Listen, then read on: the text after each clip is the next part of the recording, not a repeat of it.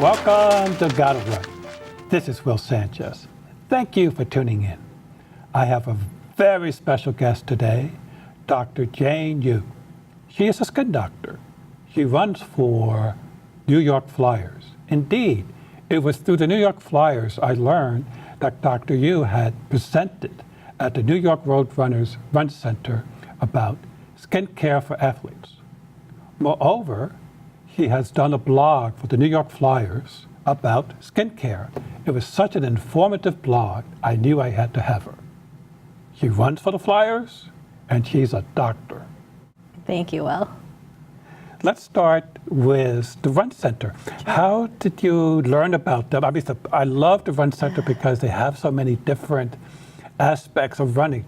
And of course, skin care is extremely important for runners because we're constantly outdoors. I think it really happened organically. Often when we're in the corral before a race, some people will, comment or will chat and will ask what each of us does, and when they find out I'm a dermatologist, they'll ask all these skin questions. And now I give talks every spring as well as every winter about how to take care of your skin. At the Run Center? At the Run Center. But you also do these pop-up clinics I was reading. Yeah. As part of the American Academy of Dermatology's initiative to screen for skin cancer, I do free skin cancer screenings with the Women's Dermatological Society as well as the Skin Cancer Foundation.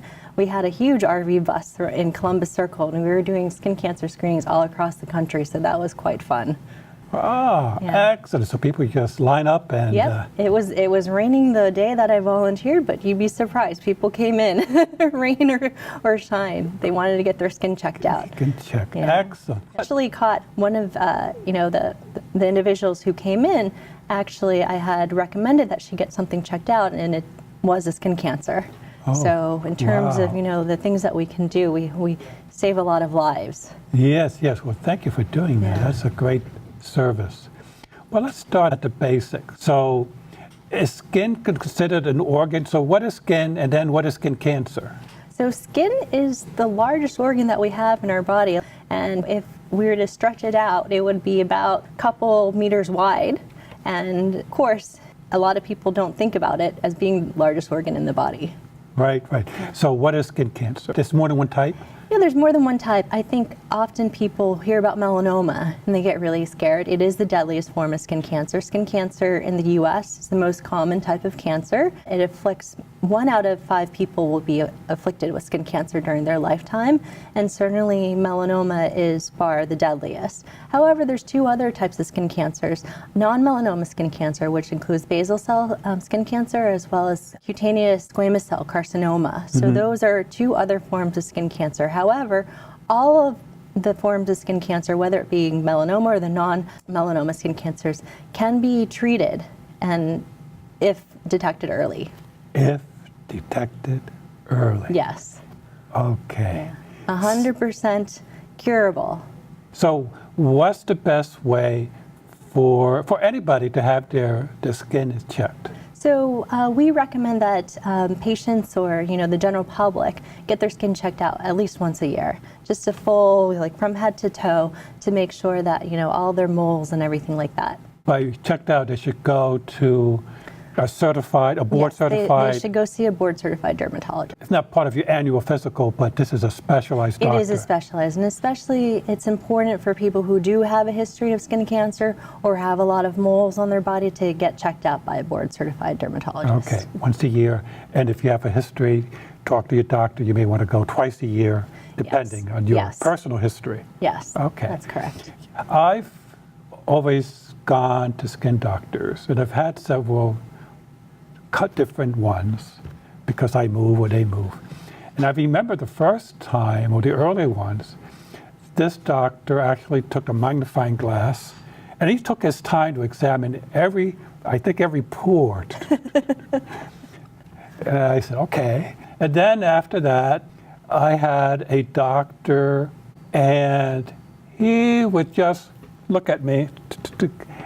He sort of did it like a Jedi master. Says, he sort of felt it. All right. It says, he would go like this. Oh, that's fine. Oh, that's fine. And, I says, okay. And then my current doctor, What he does, he has a special, I guess, a lens, a glass, Yeah. and he always has an assistant because it's a hospital situation. So he always has an assistant, teaching them. So I feel okay, he's doing a better job because he got to show this other person what to look for.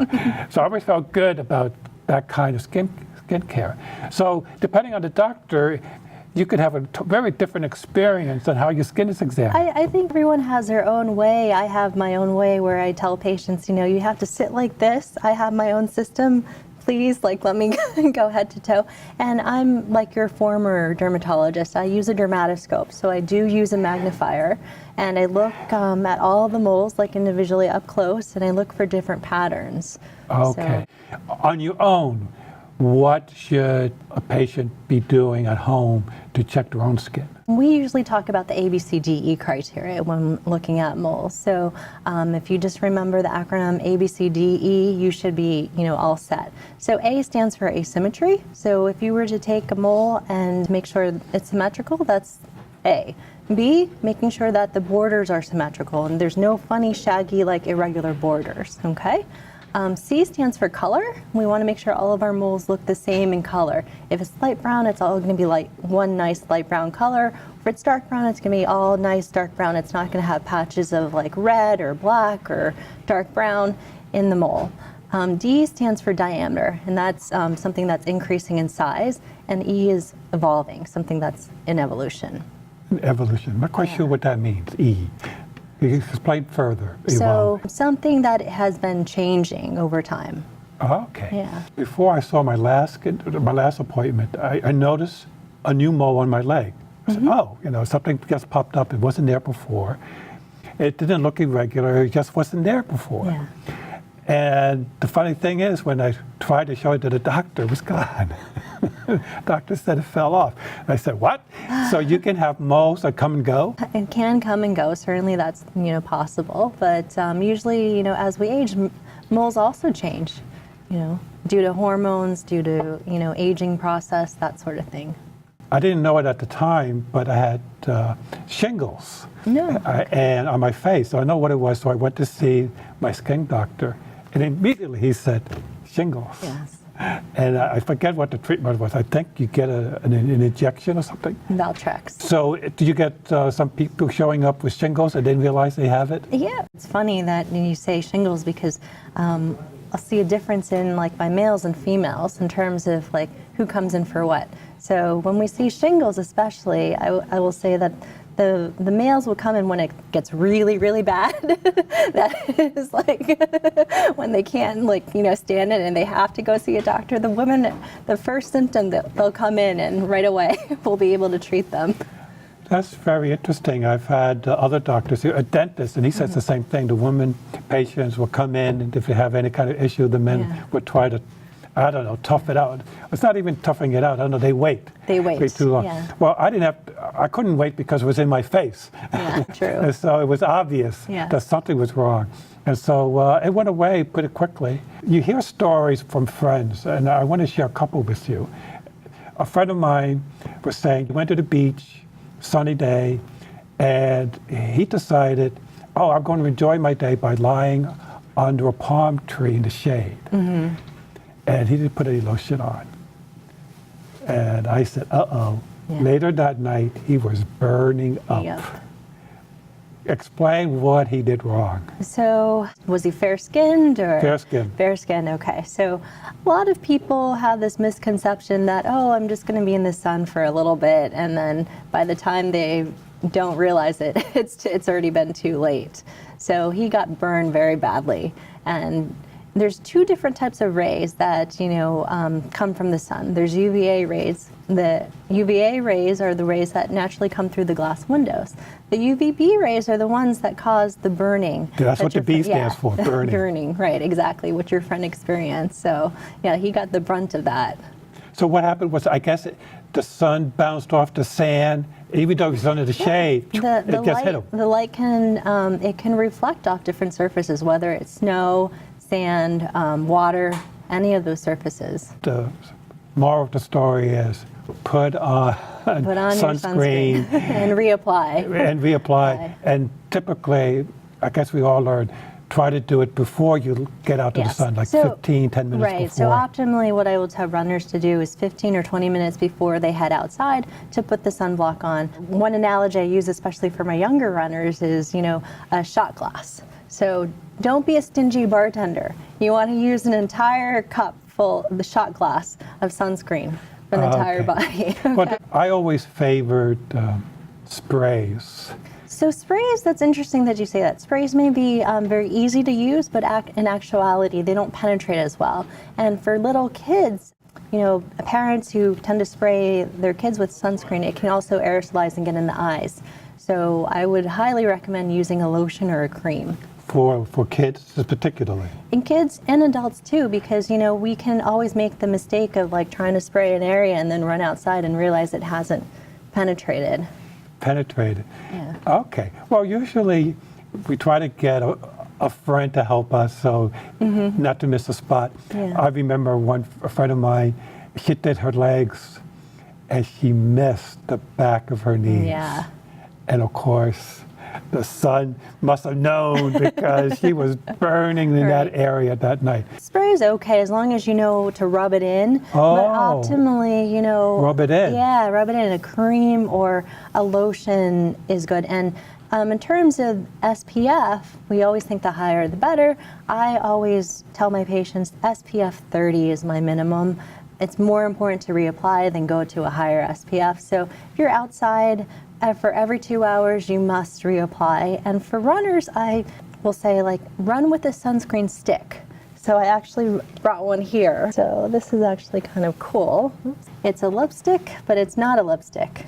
Comes out like this, and you just all over the face, and then you go out for your run. Excellent. So sounds like there are different tools. There's a spray, but it's funny you say, rub it in. The reason I like a spray is I wanted to keep my hands clean. Yeah. And then you got the stick. And then I was also reading, if you're doing your face, sometimes a gel is better. Gel, they all are different vehicles. I would say, for the sunscreens on the face, you want to be careful, especially around the eyes, that it doesn't sting and burn around the eyes. But whether it's a gel, lotion, or a cream, I think it's up to you in terms of what you feel is most comfortable for your face. And then for guys, of course, some of them have a hairy chest, and we recommend a gel there, so that a good rubbing. To get in between the hair follicles. Get within the hair. There's also great, UV protective clothing. Kula Bar is one that makes UV clothing, and they also make hats as well. I will tell you a funny story. Much to my chagrin, I was in the Maldives over Thanksgiving break, and I did not reapply on my hands. I came back totally lobster red. And this is the reason why I'm wearing a Garmin watch and a bracelet, because if you take a look, if I were to take both of these off, you got a nice white spot. Yes, you would see. The Maldives, where is difference. that? It is in the Indian Ocean. It's close to Sri Lanka, so it's very close to the equator. Okay. And it is very deceptive in terms of how much sun exposure one gets there. And I was covered from head to toe. I was learning how to scuba dive, and of course, religiously putting sunscreen on my face. But the hands were the area that I forgot to reapply, so I came back burnt like a lobster. Okay, so even the professionals can make a mistake. Yes. Okay, so you sort of got to be conscious about it. Usually we do this thing unconsciously. Yeah. Probably helps to have a friend, watch you, of course. and help each other out. Yeah. That's a good story you tell, because I remember another story.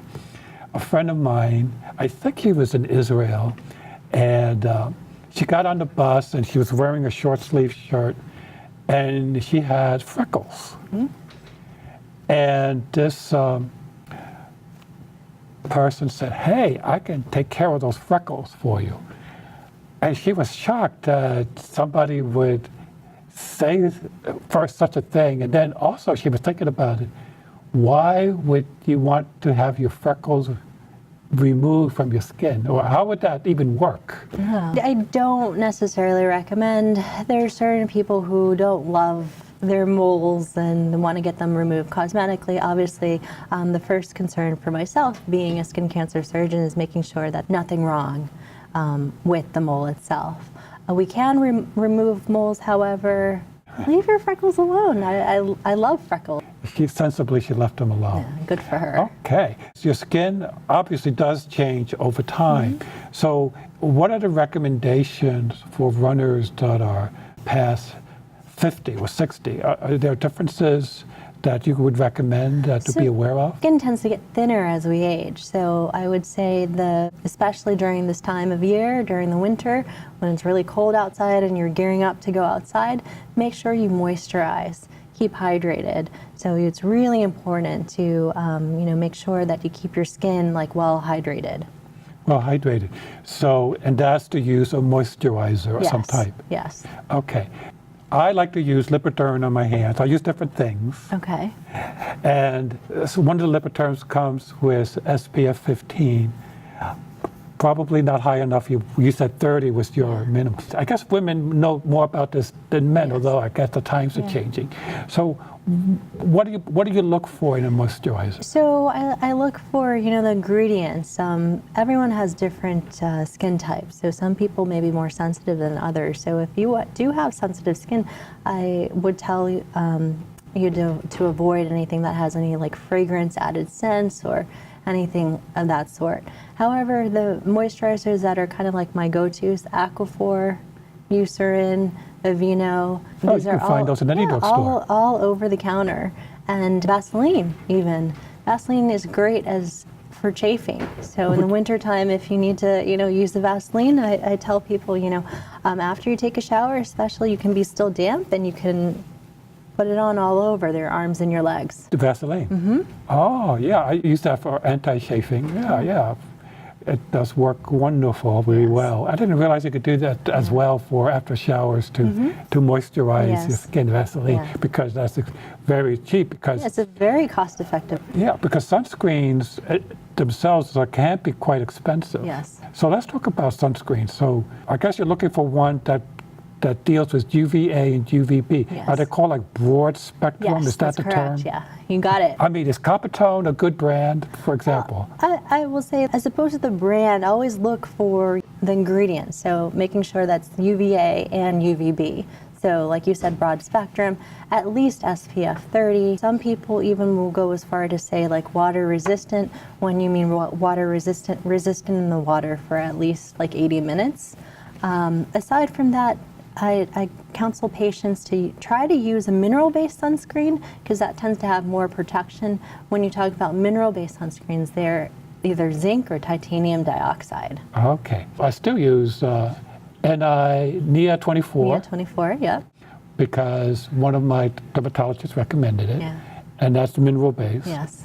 And I think you get a slight white powdery thing, but some of the newer ones. The newer ones that I really love and recommend for runners is called Elta MD, UV Clear. Very popular, goes on nice and clear. So the test of a good sunscreen for myself is, can you get it in your eyes and still run around the park without screaming? Because in my day, I've tested quite a few sunscreens and there are some that really, really burn.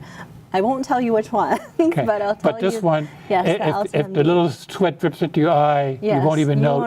You won't even notice. So so that's one you could use on your face. Yeah, is this a full body? They do have a full body one. The other brand that I recommend is Isden, Erifitona. That's that has DNA reparosomes in it. So that's even more protective, and that's great for people who have a history of skin cancer or personal history of a pre-skin cancer. Wow, there's so much to know. But can I call you Jane? Yes. Jane, let's go back to the beginning. Okay. Tell us where you were born and something about your growing up years. I'm originally from the Washington, D.C. area. I did most of my schooling up in Boston. And I guess how I really got into running was because one of my sorority sisters unfortunately passed away from brain cancer. She was an avid runner. She was a great athlete. And before meeting her, I had barely run 3 miles. So one of the things that she had always wanted to do before, during her, when we were in college, was to run the Boston Marathon. So I actually, in her memory, ran with Dana Farber. charity. Yes, the charity group. That's the biggest one in the Boston area. And so you lived in, you went to Boston University, you said? No, I went to MIT. Yeah. In Boston? In Boston. MIT, as an undergraduate? As an undergraduate, that's Wow, correct. that's a tough school to get in. Yeah. Oh, congratulations. Your family must have been thrilled.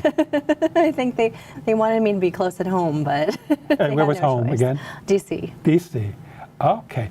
So you're at MIT, an engineering school, a mathematical school. So how did you get into being a skin doctor? Actually, ironically, I had horrible acne, cystic acne growing up. And one of my dermatologists in college, he was probably the father of dermatology. His name is Thomas Fitzpatrick. He was my dermatologist, and he actually put me on an amazing medication called Accutane that I still use in my practice today. I heard of it. So when I tell patients that, I've had acne myself, I've suffered through this, I've gotten pimples inside my nose, inside my ear. Oh my gosh, you can relate. Yeah, patients definitely say like, wow, but your skin looks so good. And I said, yes, but I went through a similar thing like you. So what inspired you to go into the dermatology field because of your dermatologist? My own personal experience with my dermatologist. I have another mentor. His name is Dr. Daryl Regal. He's also an MIT alum, and he's also a melanoma specialist. And he probably, along with him and Dr. Fitzpatrick and a couple other mentors, they've really made me decide to go into the specialty. Okay. So what was your degree from MIT? So I have a BS in biology. Biology. Yes. And then you went to medical school after I went to that? medical school, Where yes. did you go? I went to medical school in Virginia. That's where I'm originally from. And then I did my residency here in New York at Albert Einstein. And I have a specialty in Mohs micrographic surgery, which is skin cancer surgery, and I get that at Yale. Wow. So you could put on those special glasses with the scalpel? Yes. Oh my gosh. That requires a steady hand. Yes. Do they use robotics for that at all nowadays? No. No, this is still... Still the scalpel, Okay. yes. All right. And then how did you discover, because we introduced you as a member of the New York Flyers, so you are a runner, Yeah. and you did the Boston Marathon for the charity. So you must have enjoyed it because you went on to do more. I think it was probably one of the scariest experiences of my life. I will tell you, from someone who had never even run like 3 miles before to running a full marathon, I was very committed because I was doing it in memory of my sorority sister. But I was scared. I was unbelievably scared during the training process. But somehow I got through it with a lot of support from Jack Foltz, who was a former winner of the Boston Marathon, and the Dana Farber group. I was able to go through with the training plan and complete it. And after that, I just got hooked. So when did you come to New York? So I came to New York for residency. And that's when I started running in New York and joined the New York Roadrunners, and then became a member of the Flyers. Well, how did the Flyers find you, or you find the Flyers? I found the Flyers, and it's really convenient because they're in Columbus Circle. They have runs every Tuesdays and Thursdays, and there's a marathon training program going on year-round that I participate in. Oh, cool. Yes, they're a great organization. So have you done any marathons since you joined the Flyers? Mm-hmm. I've done New York City a couple times, and currently I'm training for London. London, that's very special. Your first international? It is my first international, so. Oh, great. We'll London's see. a lot of fun. I don't know if they still allow runners to run in costumes, but the crazy costumes. Some run in twosomes as horses. Oh, wow. See, that's incredible. That's a little tough. It is very tough. But they may have, because of security reasons, they may have done away with that. I know in New York you can't no longer run within costumes. Yeah. You may be able to run a Superman with an S shirt, but other than that, There was a woman strict. who was running next to me who was dribbling 2 basketballs the entire time. I was so impressed. Which race was that? Recently, the New York City Marathon. Wow, the 2018? Yes. Oh, wow. Yeah. You probably were determined to pass that person. Well, I was like, I would not be able to do that. So. Well, there's been people that juggle. They're called jogglers. Yeah. There are a few of those Yeah. that done that. I've interviewed one. He's a master juggler, and Oh my goodness. and he runs. He almost Boston qualified doing the juggling. Wow. Almost. Oh my goodness. So, People you can know. barely qualify without juggling. So that's a huge accomplishment. It is. Okay, cool. So obviously you're training for London. Yeah. You know, you're a busy person. You're a doctor, Yeah. and doctors got to be there for their patients. So how do you balance your work and your running? Well, it's really hard. And if Amy Sitar is listening, she's probably telling me that I should be in the gym right now because I've been off of my training schedule a little bit. She's your trainer? She's my coach. Your coach? Yeah, it's been a wonderful experience having her. She actually ran me in this New York marathon, and you know it's hard. Will sometimes you can't find time to train when you're like so busy, and I work 6 days a week. So you 6 days a week. Yeah, you find little pockets of time here and there. Very early in the morning or on weekends? Unfortunately, I wish I could be early riser, but I'm a night owl. You're a night owl. It's And mostly the tough to run at weekends night, and the but evenings. you should run with the Flyers. They're huge Yeah, support. there's- yep. They'll find you somebody to run with Yeah, you. exactly. And using having good running lights also help. Yeah. They have new ones you could put on your shoes. Yes. Night lights, I think they're Yeah. called. You have those? Yes. Excellent. Well, listen, on that note, run with the lights. Yes. Thank you so much for you so coming in. much. It was a pleasure.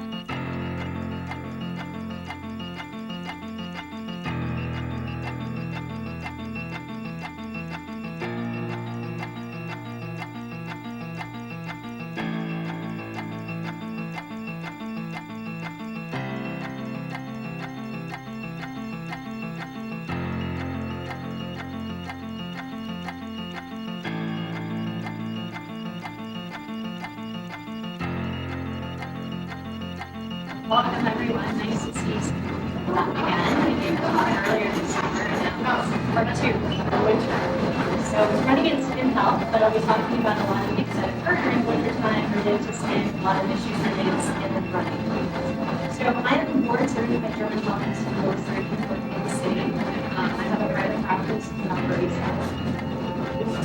So as a dermatologist, what do I do? Well, it's not only skin, but also hair, nails, and all of the membranes.